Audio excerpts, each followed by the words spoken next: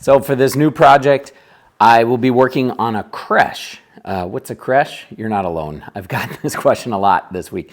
It is the manger structure for a nativity scene. I've got a rough idea of measurements, but I've got a couple ideas up my sleeve too, and how I can make this a pretty creative structure for this crèche.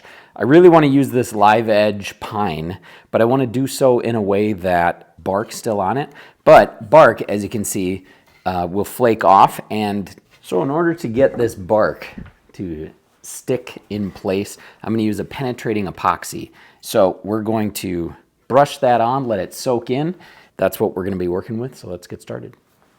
All right, so I've had a number of these live-edged pine boards that I've used, and I've made a few Bible verse plaques out of them, but this will be a great use case for these last two boards. So first I'm going to rough out my cuts on the bandsaw and just get them close, and then I'm going to take them over to the jointer and give those nice clean edges.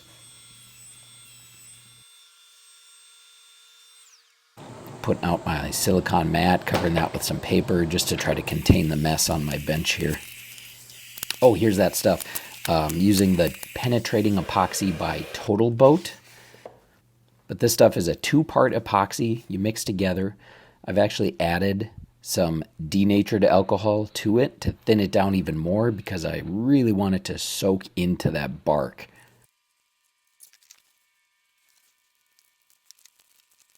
And then I'm just going to mix it up forever.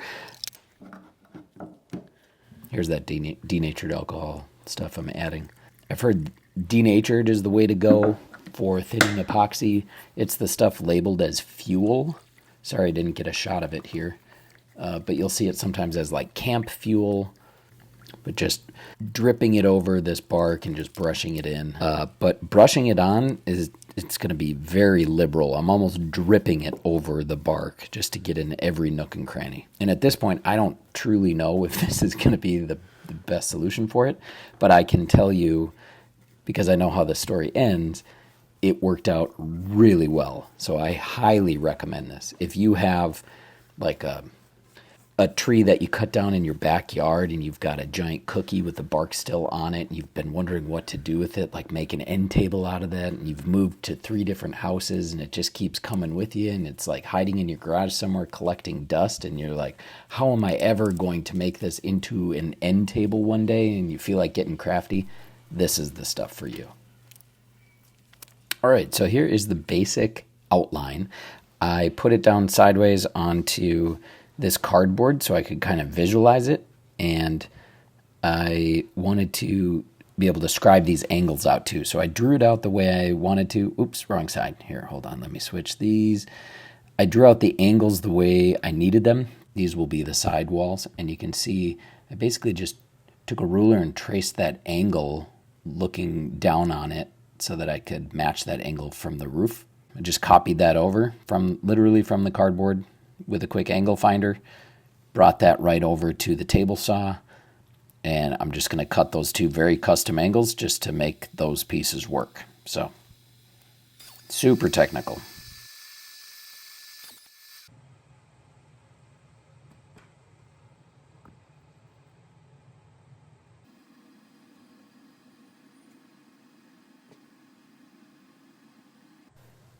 And there you can see, lines up pretty nicely on the cardboard. So that is our template we're using. Now that I have those angles cut in those side walls, I'm going to bring it over to my CNC. I designed this very simple cathedral style window that reveals a cross in between the windows. I'm going to carve that into each one of these side walls here. I left some tabs in the design so that those pieces would stay in place while the bit made its way around the design.